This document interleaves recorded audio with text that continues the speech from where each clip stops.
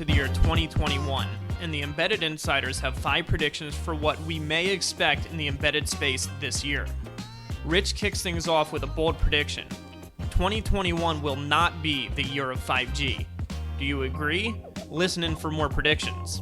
Later, James Kimery, the Vice President of Product Management at Spirent Communications, joins Brandon to discuss how the wireless research he was part of back in 2010 is finally coming to fruition with the dawn of 5G, and how industry initiatives like the Open Radio Access Network Alliance are working to prove Rich wrong. Here, James details the progress and adoption of ORAN, some tips and tricks for 5G network infrastructure and device developers, and thoughts on the roles of testing in this brave new world of wireless. Finally, Perry is joined by Dr. James Edmondson of IDTechEx for a Tech Market Madness segment that addresses the future of the 5G market. Dr. Edmondson shares his insight on the current 5G deployment challenges, what's being done to address them, and what he views as the biggest upside for 5G.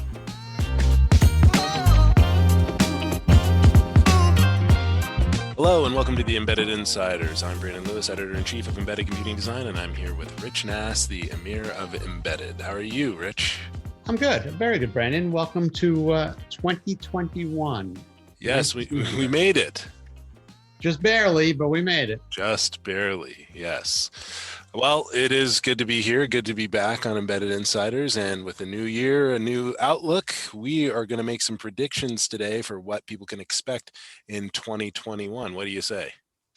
I'm game, because the best thing about this is that in a year, nobody's going to go back and say, hey, what did those guys predict? I wonder if it came true. So we can say anything we want. It'd be pretty outlandish.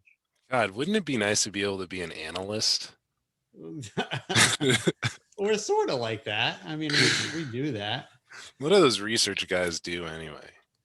All right. Well, without further ado, then how about 5? 5 sound good? Sure. All right. You kick us off. Okay. I will kick you off.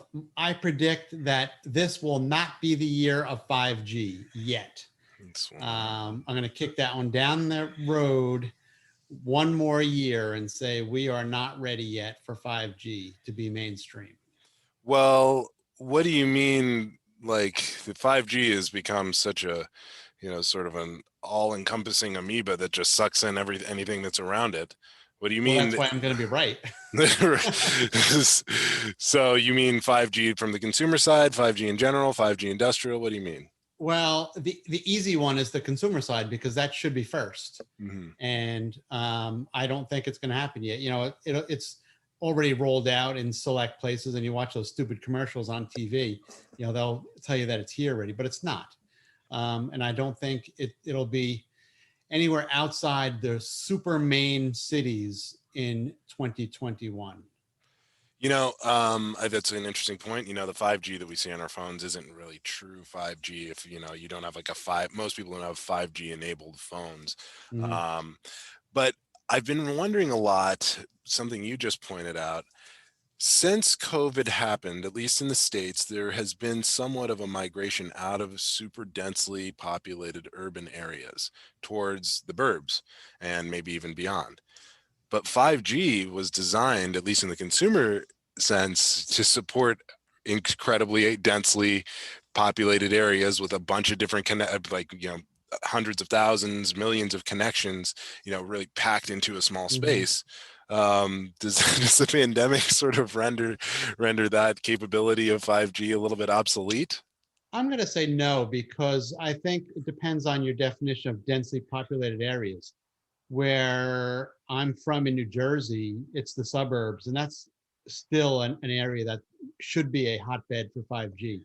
People are packed tight enough that in the town that I lived in, you could probably get away with, a dozen base stations to cover the town. And I guess if you start counting in the IoT sensors as connections, one smart home could have dozens, if not hundreds of connections, right? Yeah, well, that's definitely not 2021. That's probably not. I mean, my house will have them almost immediately, but the average house, you're looking at a few years out. Okay.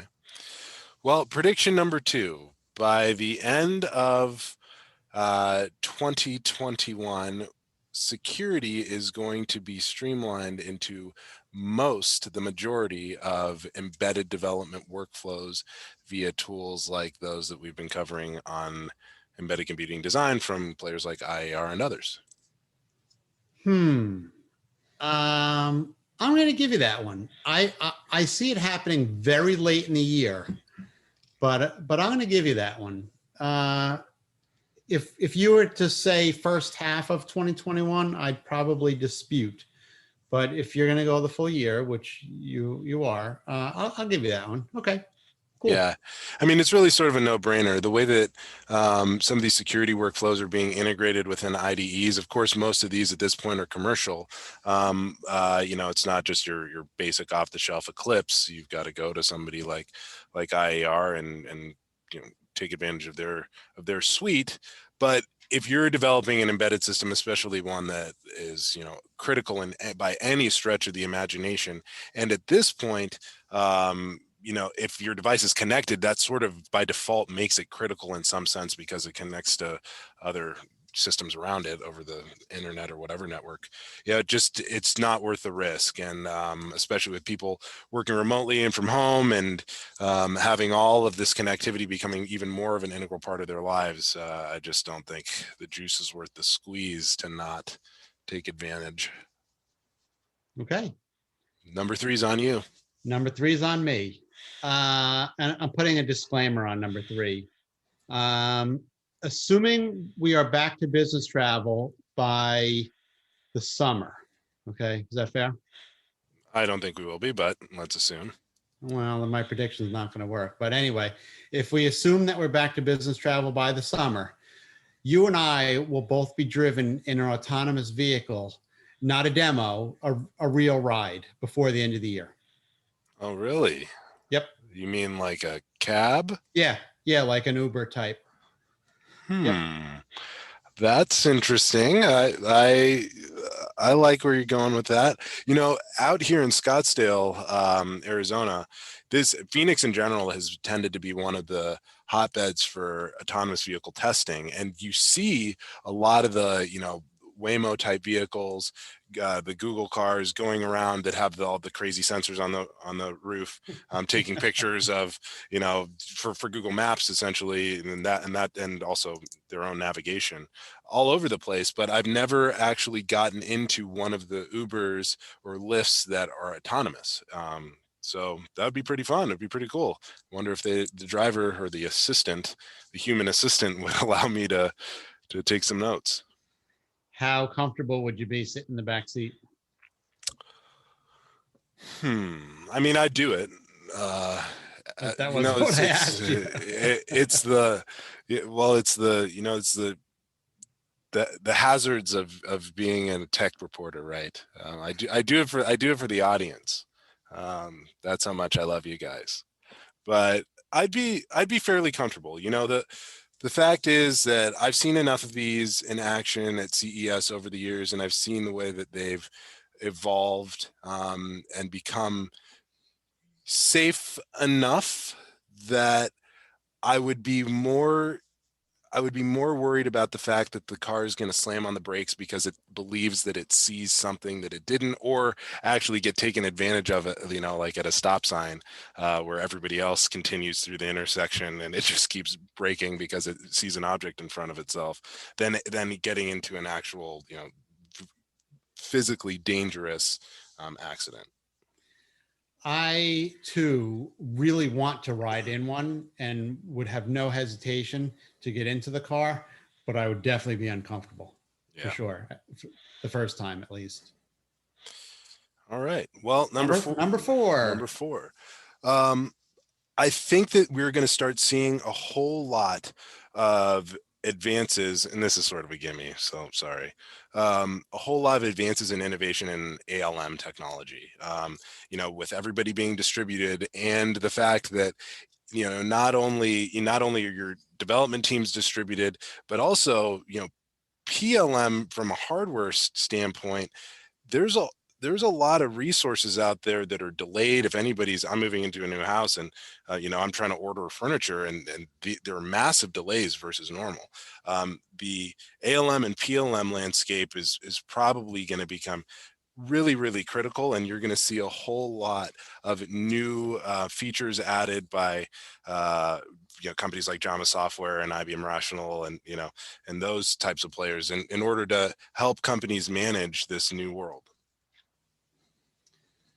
I was just complaining to my better half a few minutes ago that the thing I ordered from the company everybody orders things from said it would be here yesterday, and it's not here yet. And when you go to the site, it says it's shipped, and they don't know when it'll be here. So I'm not a happy camper because my doorbell doesn't work, and I'm waiting for the new doorbell to arrive. There are a couple of things on that point. The first one is, so I ordered a bed from Living Spaces. And it had to be one of those California kings because you're like 7 feet tall. And because I'm from the West Coast. But they delivered the headboard and the footboard, but not the connecting pieces between the two.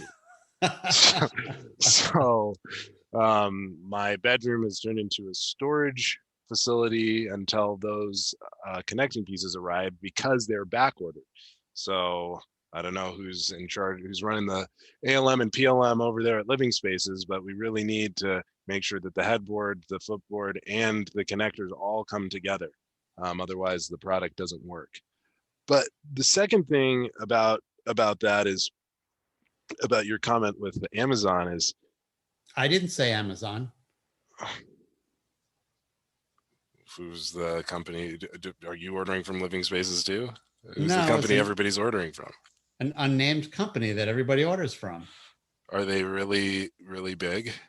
They're really big. Are they based out of Seattle? Anyway, go on. I'm starting, and this is my bleeding heart. Do you really need to have your doorbell by tomorrow or today?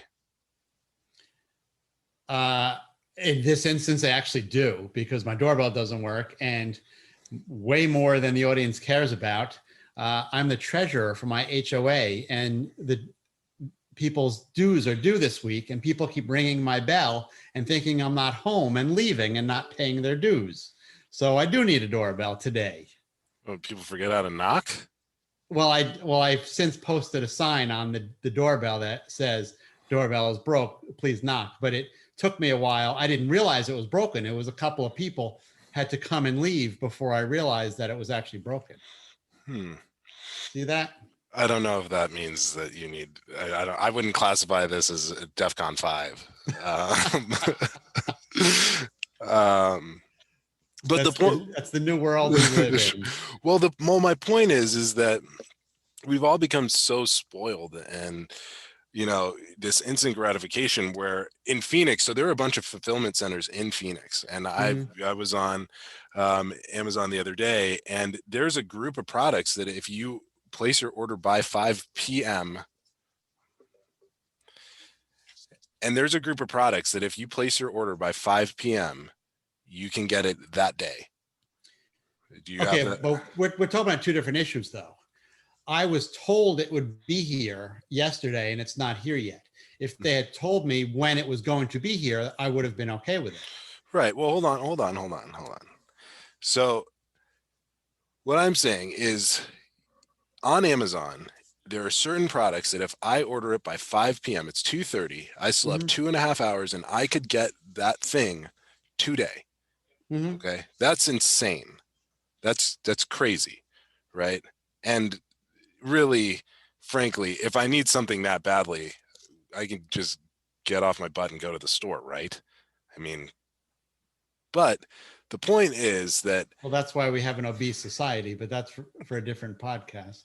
Right. But the point is that there are very few things that you need with this at the speed with which Amazon delivers them. And the way that Amazon is able to deliver things at such speed is by sending vehicles out into the wild that are not filled to capacity, which is bad for the environment. It adds cost. I mean, I guess technically it's creating jobs of some sort, but you're sending out a truck that's like an eighth full or a quarter full, when we could all wait an extra day and make sure that they were sending out vehicles that were filled to capacity, like FedEx or UPS or whatever else have you. I don't need that much cat food, by tomorrow. My cats can live off of milk or whatever for a day. If only they could send this stuff out in drones. If only. Are they solar powered? Of course. Well, they could be. There's no reason why they can't be. I don't. Speaking of power, I'm moving on to number 5. Okay. All right.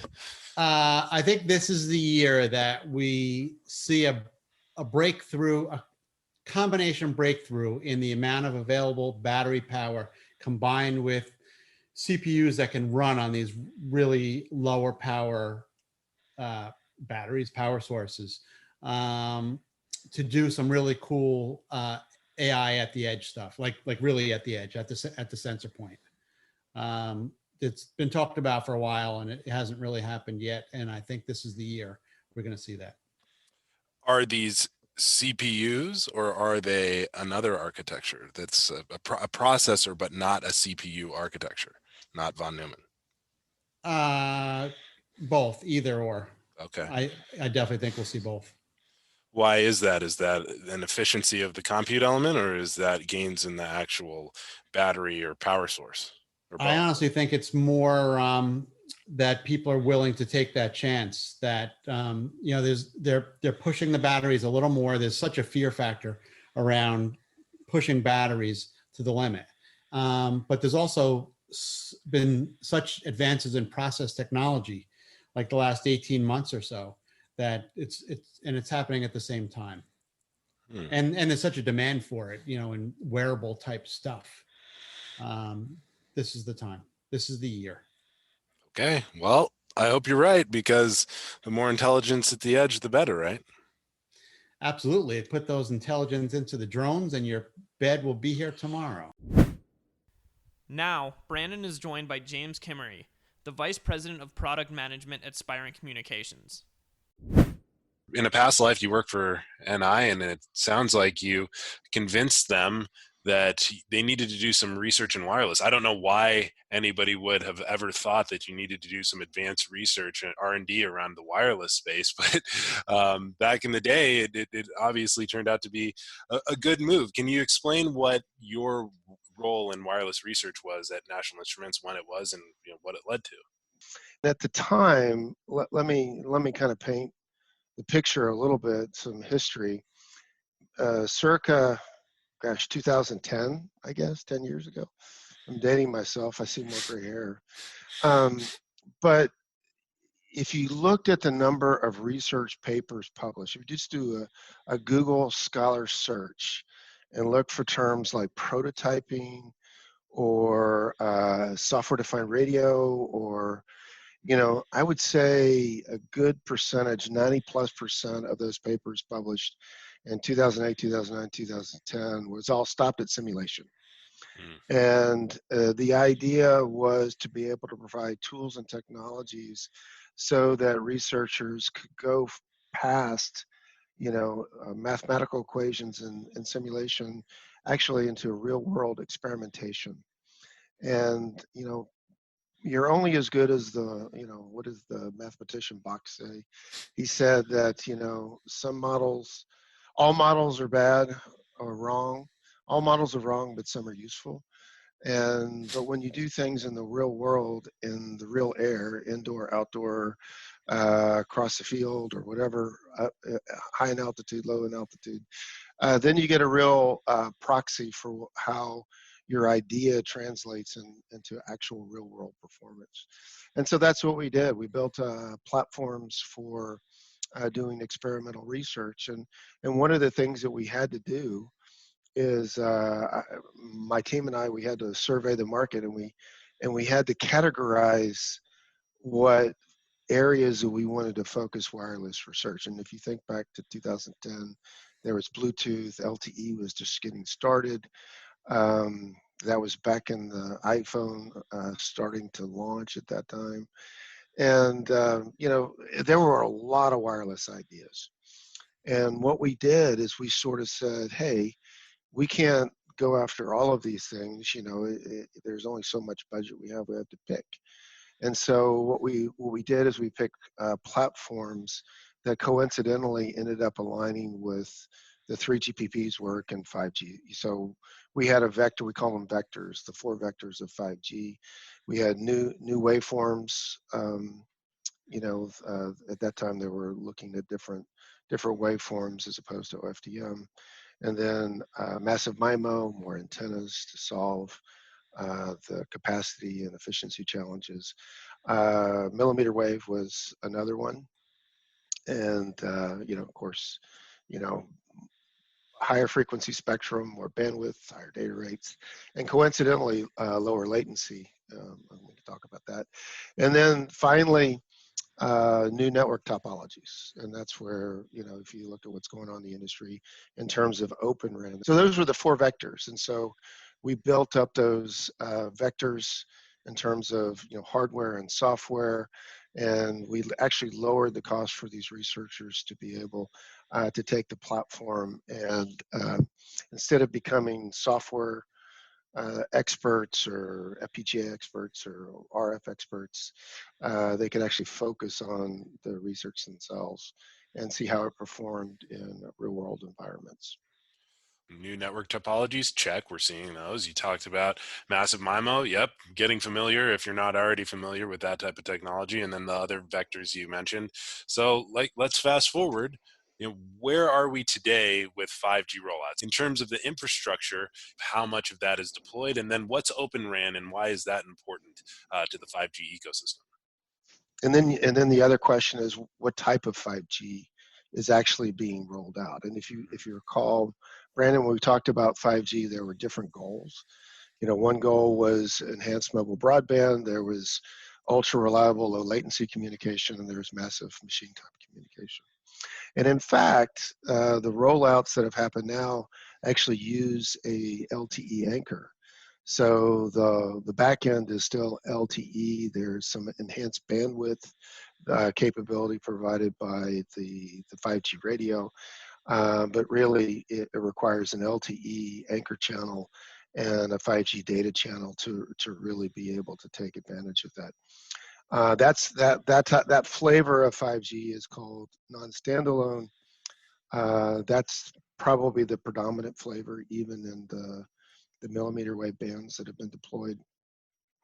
Moving forward, and this year they're started to have standalone deployments, and that's where the richness of the 5G standard starts to really materialize. So things like lower latency, higher data rates, I think you'll start to see that with these standalone deployments. So there is an evolution that's taking place, and I expect it to continue well into next year. It's funny, if you asked me a year ago about ORAN, I probably would have had a different opinion. But one of the challenges to these 5G rollouts has been cost, right? Right. So for NSA network, it takes advantage of the EPC or the 4G core. That's existing infrastructure. When you talk about SA or standalone pure 5G, that's a forklift upgrade. That's where you're actually putting new equipment in a data center or call center, and that does require an investment, and it takes time. It takes a little bit longer to roll out. And so, a year or so ago, I think the cost of these deployments started really, people started understanding what the cost of worldwide coverage for 5G and all the participating service operators, how much cost that would be.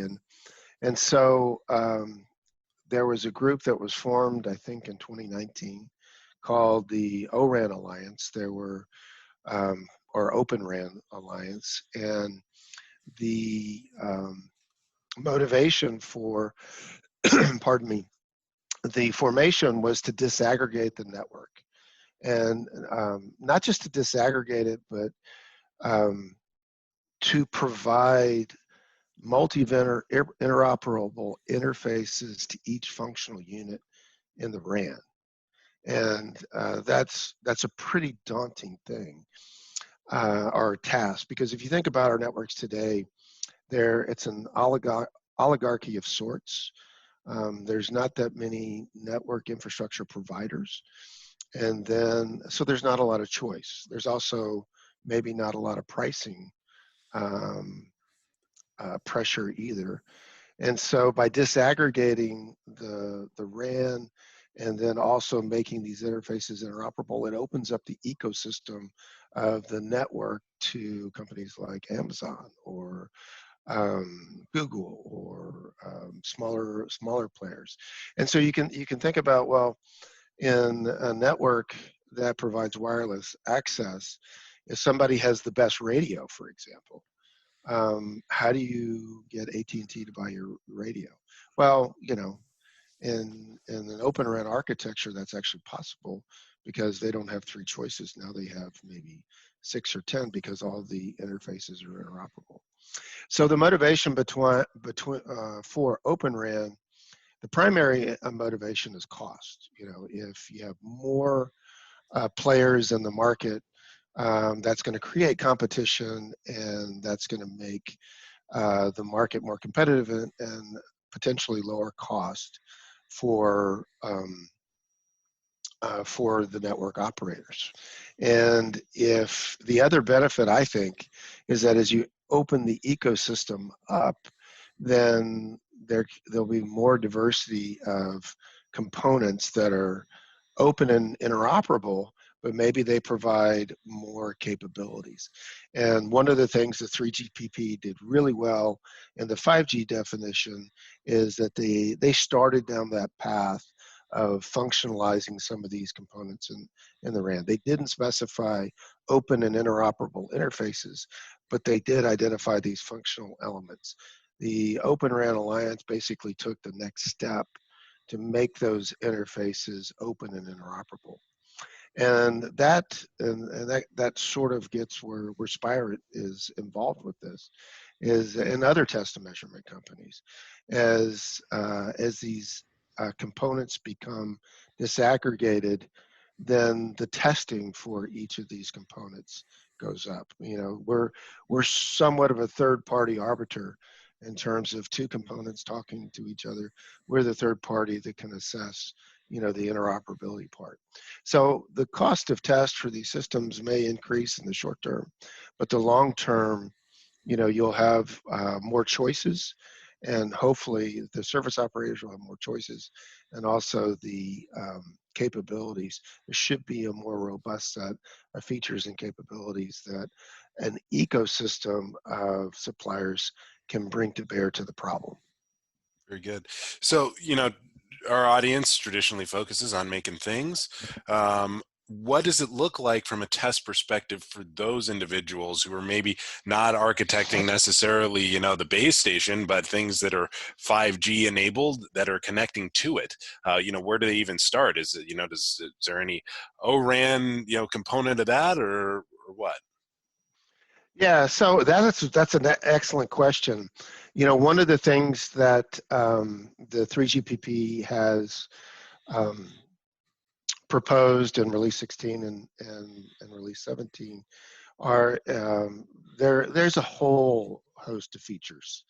And if you look at, one of the things where 5G is different than 4G is that the 4G sort of directive at a high level was pushing the boundary in terms of broadband data. The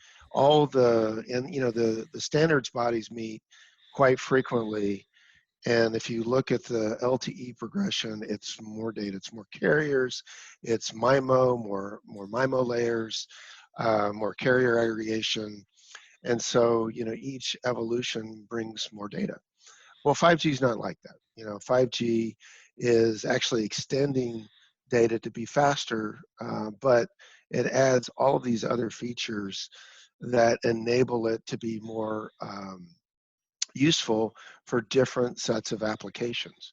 And so if you look at Internet of Things, for example, there is a standard or a study item in release 17 that focuses on this thing called NR Lite, which is basically a subset of this really big, robust PHY for enhanced mobile broadband. That's pretty exciting. That means that semiconductor companies, radio companies, can make hopefully a really low-cost radio that'll just attach to the network to automate or wirelessly connect devices that have never before been connected. And so that also brings forth test opportunities, because if you're not familiar with connecting a device to a carrier grade network, you're going to need some help.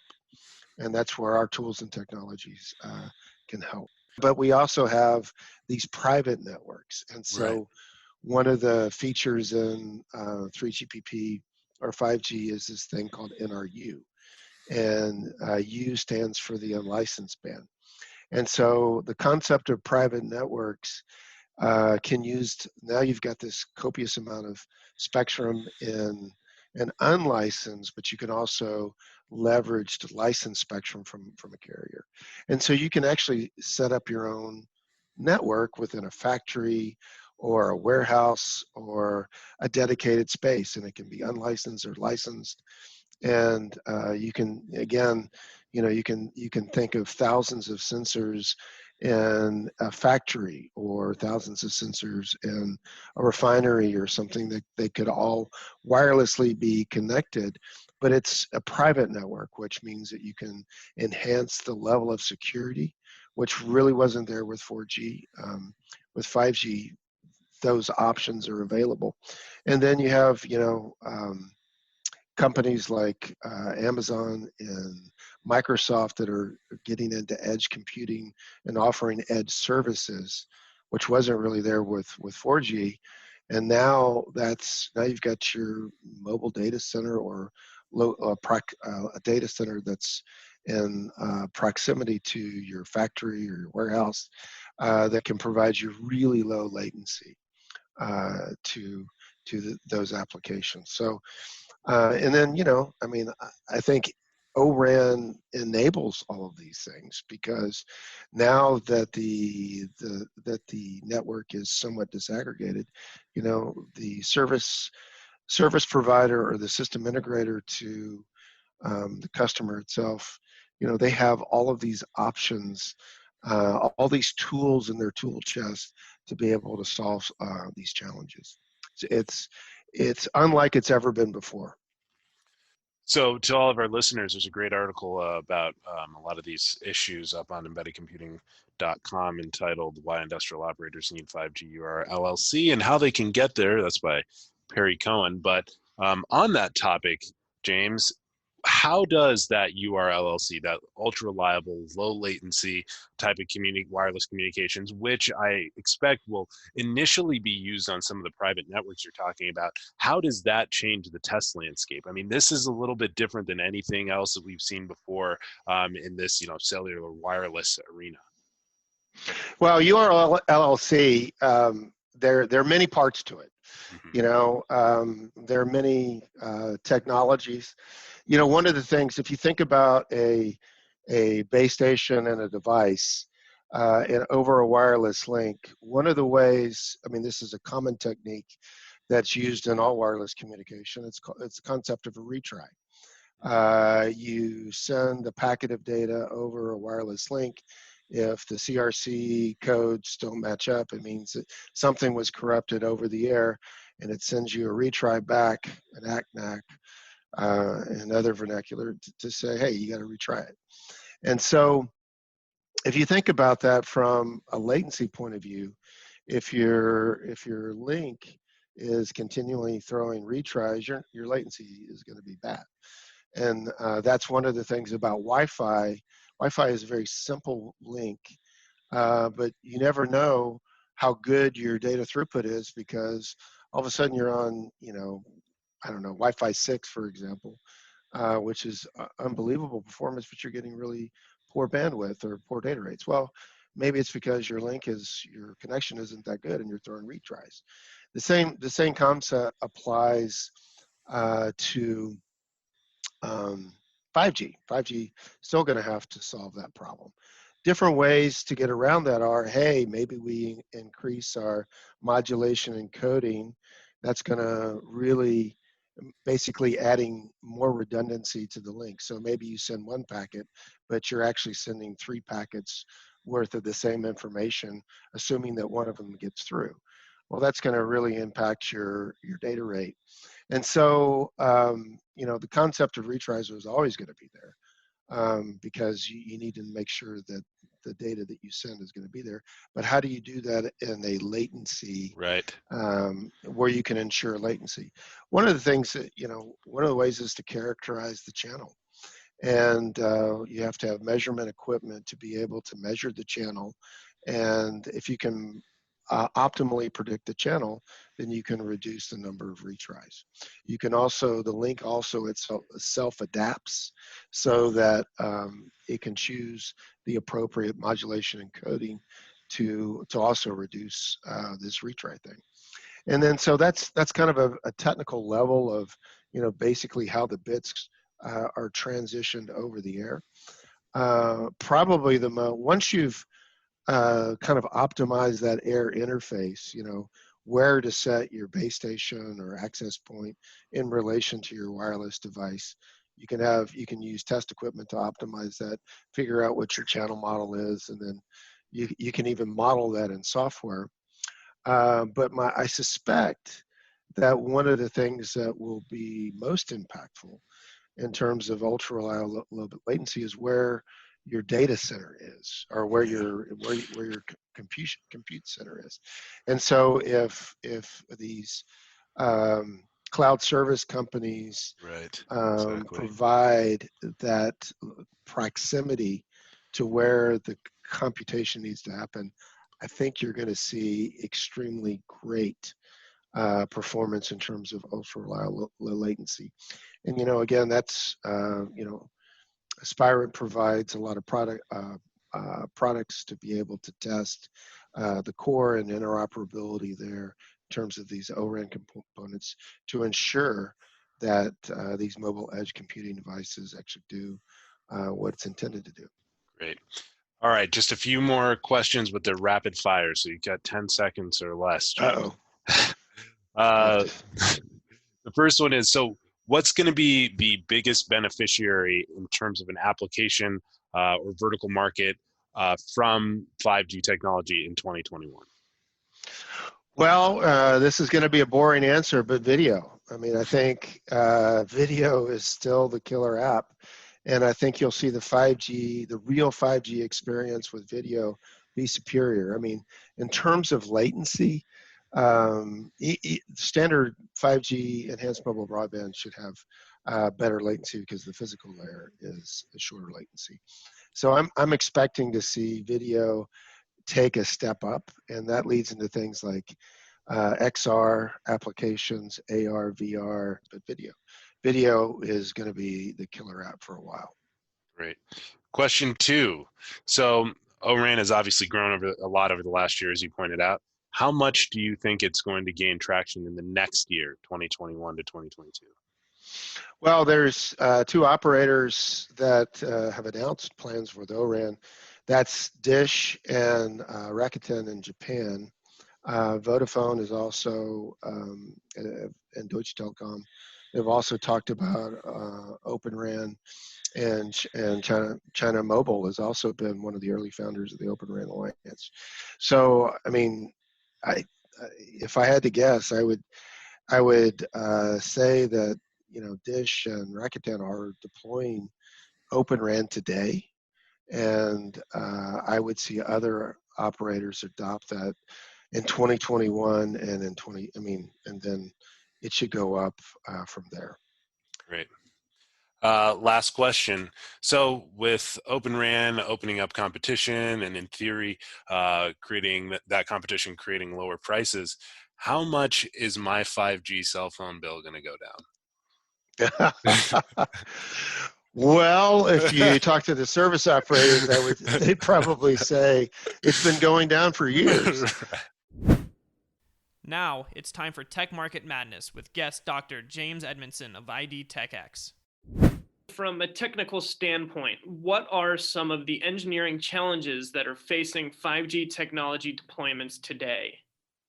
As you're probably aware by this point, 5G is rolling out in two separate frequencies, really. We have the sub-6 gigahertz, which is more of an evolution of the previous infrastructure, whereas we also have the millimeter wave, where we're sort of talking more towards the 28 or 39 gigahertz bands, and that's where a lot of the challenges really come in. We're not only seeing the sort of popular issues that are around signal transmission with millimeter wave, but also there's a lot of thermal management challenges. So this is something we've covered recently in our last report on thermal management for 5G. But we're seeing, for instance, in smartphones, a lot of the early 5G smartphones, when using millimeter wave, would actually overheat quite quickly, especially if ambient temperatures were high. And then essentially you throttle back and drop the 5G connection back to a 4G. So we're seeing challenges around that area, but also when you start considering the antenna elements in a 5G smartphone, these antenna have got to deal with a lot more data than they previously had to. And obviously you're in the same form factor package as you used to be.